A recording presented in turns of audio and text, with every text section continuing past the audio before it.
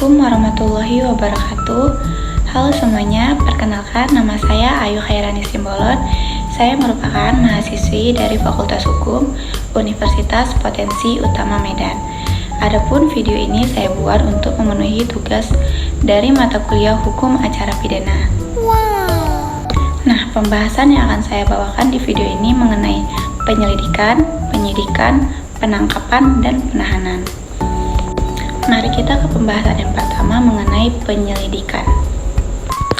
Mari sama-sama kita simak pengertian dari penyelidikan menurut Kitab Undang-Undang Hukum Acara Pidana atau yang kita kenal dengan KUHP.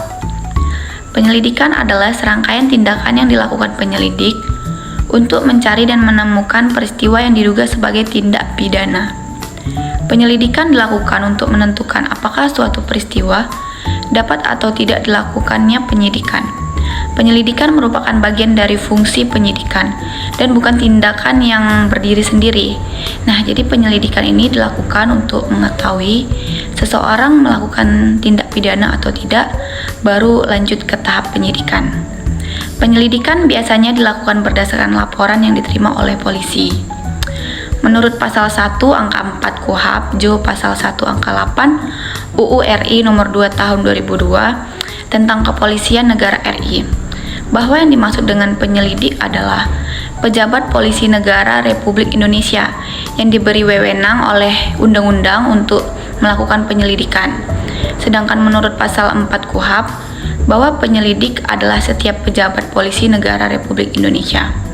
Menurut pasal 1 angka 5 KUHP, Jo pasal 1 angka 9 Undang-Undang RI nomor 2 tahun 2002, bahwa yang dimaksud dengan penyelidikan adalah serangkaian tindakan penyelidik untuk mencari dan menemukan suatu peristiwa yang diduga sebagai tindak pidana guna menentukan dapat atau tidaknya seseorang penyidikan menurut cara yang diatur dalam undang-undang ini.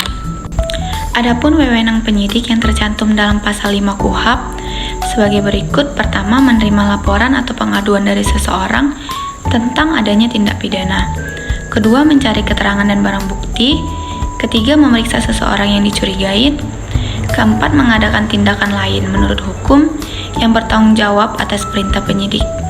Perintah penyidik meliputi: pertama, penangkapan, larangan meninggalkan tempat, penggeledahan dan penyitaan. Kedua, pemeriksaan dan penyitaan surat. Ketiga, mengambil sidik jari dan memotret seseorang. Dan yang keempat, membawa dan menghadapkan seseorang kepada penyidik. Beberapa kegiatan penyelidikan diantaranya pengolahan tempat kejadian perkara atau TKP, pengamatan, observasi, wawancara atau interview, pembuntutan, penyamaran, pelacakan, dan penelitian dan analisis dokumen. Lanjut ke pembahasan yang kedua, yaitu penyidikan. Masuk ke pengertian penyidikan yang diatur dalam pasal 1 angka 2 Kitab Undang-Undang Hukum Acara Pidana atau KUHP. Penyidikan adalah serangkaian tindakan yang dilakukan penyidik untuk mencari dan mengumpulkan bukti-bukti yang berkaitan dengan tindak pidana yang terjadi. Setelah ditentukan seseorang itu melakukan tindak pidana, baru ke tahap penyidikan untuk mengumpulkan bukti-bukti yang dia lakukan itu. Jadi menurut pasal 1 angka 1 KUHP, Jo pasal 1 angka 10 UU RI nomor 2 tahun 2002 tentang Kepolisian Negara RI, bahwa yang dimaksud dengan penyidik adalah pejabat polisi negara Republik Indonesia atau pejabat pegawai negeri sipil tertentu yang diberi wewenang khusus oleh undang-undang untuk melakukan penyidikan. Demikian pula menurut pasal 6 KUHP, bahwa penyidik adalah pejabat polisi negara Indonesia, pejabat pegawai negeri sipil tertentu yang diberi wewenang khusus oleh undang-undang. Jadi, seorang penyidik yang selain polisi negara Republik Indonesia, pegawai negeri sipil juga bisa menjadi penyidik yang telah diberi wewenang khusus oleh undang-undang sebagai penyidik. Mari kita bahas wewenang dari pihak yang berwenang. Wewenang ini terdapat pada pasal 7 ayat 1 KUHP. Yang pertama, menerima laporan atau pengaduan dari seorang tentang adanya tindak pidana. Yang kedua, melakukan tindakan pertama pada saat di tempat kejadian. Ketiga, menyuruh berhenti seorang tersangka dan memeriksa tanda pengenal diri tersangka. Keempat, melakukan penangkapan penahanan, penggeledahan, dan penyitaan. Kelima, melakukan pemeriksaan dan penyitaan surat. Keenam, mengambil sidik jari dan memotret seseorang. Ketujuh, memanggil orang untuk didengar dan diperiksa sebagai tersangka atau saksi. Kelapan, mendatangkan orang ahli yang diperlukan dalam hubungannya dengan pemeriksaan perkara. Kesembilan, mengadakan penghentian penyidikan. Kesepuluh, mengadakan tindakan lain menurut hukum yang bertanggung jawab. Sedangkan untuk penyidik dari pegawai negeri sipil tertentu, wewenangnya sesuai dengan undang-undang yang menjadi dasar hukumnya masing-masing, dan dalam pelaksanaan tugasnya berada di bawah koordinasi dan pengawasan penyidik kepolisian. Hal ini terdapat pada pasal 7 ayat 2 KUHP. Pembahasan yang selanjutnya mengenai penangkapan. Menurut pasal 1 butir 20 KUHP, penangkapan adalah pengekangan sementara waktu kebebasan tersangka apabila terdapat cukup bukti guna kepentingan penyidikan. Untuk mencegah terjadi tindakan terhadap tersangka atau terdakwa yang secara sewenang-wenang, maka pelaksanaan penangkapan harus sesuai dengan yang diatur dalam KUHP, yaitu A. Tindakan penangkapan dilakukan untuk kepentingan penyidikan, penuntut, atau peradilan. B. Perintah penangkapan terhadap tersangka yang diduga keras melakukan tindak pidana baru dapat dilakukan apabila penyidik telah memiliki alat bukti permulaan yang cukup. C. Pelaksanaan penangkapan dilakukan dengan surat perintah penangkapan. D. Surat perintah penangkapan harus berisi pertimbangan dengan dasar hukum, nama-nama petugas, pangkat, NKP, jabatan, identitas tersangka, uraian singkat tentang tindak pidana, lalu tempat kantor di mana tersangka diperiksa, dan jangka waktu berlaku surat perintah penangkapan. Yang E. Setiap kali selesai melakukan sprint atau surat perintah penangkapan petugas, pelaksana harus membuat berita acara. Tujuan penangkapan adalah untuk mengamankan tersangka sebagai tindakan permulaan proses penyelidikan, untuk memperoleh bukti awal untuk proses selanjutnya penyidikan dan penahanan. Nah, tertangkap tangan merupakan istilah dari penangkapan. Adapun yang dimaksud dengan tertangkap tangan adalah 1. Tertangkapnya seorang pada waktu sedang melakukan tindak pidana. 2. Dengan segera sesudah beberapa saat tindak pidana itu dilakukan.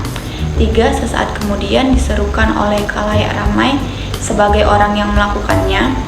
4. Apabila sesaat kemudian padanya ditemukan benda yang diduga keras telah dipergunakan untuk melakukan tindak pidana itu, yang menunjukkan bahwa ia adalah pelakunya, tahu turut melakukannya atau membantu melakukan tindak pidana itu.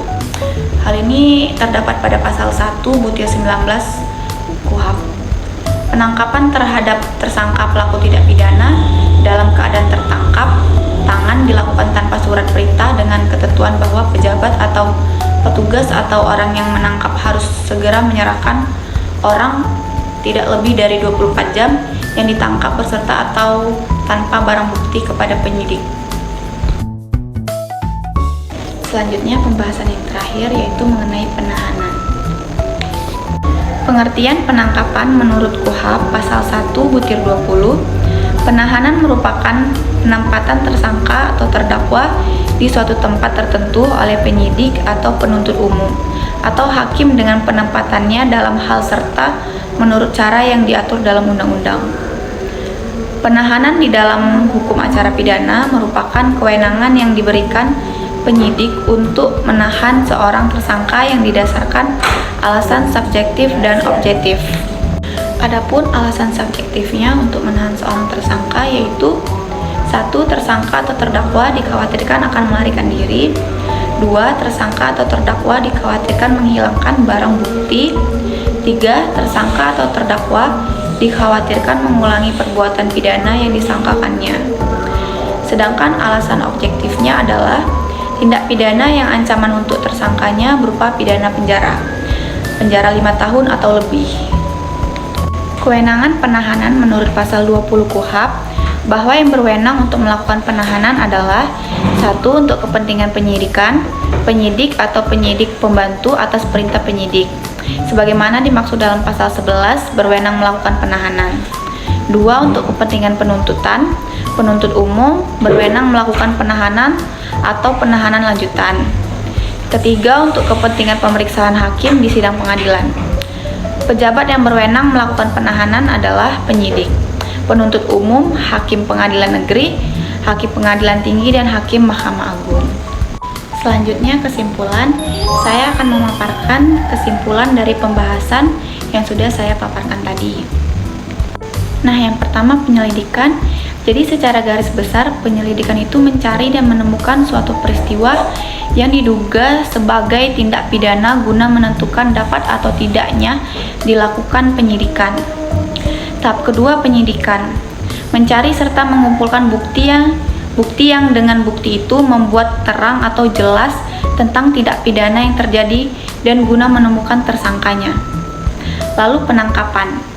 Mengamankan tersangka sebagai tindakan permulaan proses penyelidikan untuk memperoleh bukti awal untuk proses selanjutnya penyidikan. Dan penahanan. Penjelasan pasal 17 KUHP mengatakan bahwa pasal ini menentukan bahwa perintah penangkapan tidak dapat dilakukan dengan sewenang-wenang, tetapi ditujukan kepada mereka yang betul-betul melakukan tindak pidana. Jadi tidak asal-asalan. Lalu penahanan. Perintah penahanan atau penahanan lanjutan dilakukan terhadap seorang tersangka atau terdakwa yang diduga keras melakukan tindak pidana berdasarkan bukti yang cukup dalam hal adanya keadaan yang menimbulkan kekhawatiran bahwa tersangka atau terdakwa akan melarikan diri, merusak atau menghilangkan barang bukti dan atau mengulangi tindak pidana. Nah, jadi tersebut adalah kesimpulan dari materi yang sudah saya bawakan. Baik, sekian dari pembahasan yang saya paparkan mengenai penyelidikan, penyidikan, penangkapan, dan penahanan. Jika ada salah kata, saya mohon maaf. Lebih dan kurangnya saya ucapkan terima kasih. Assalamualaikum warahmatullahi wabarakatuh. Saya Ayu Khairani, pamit undur diri.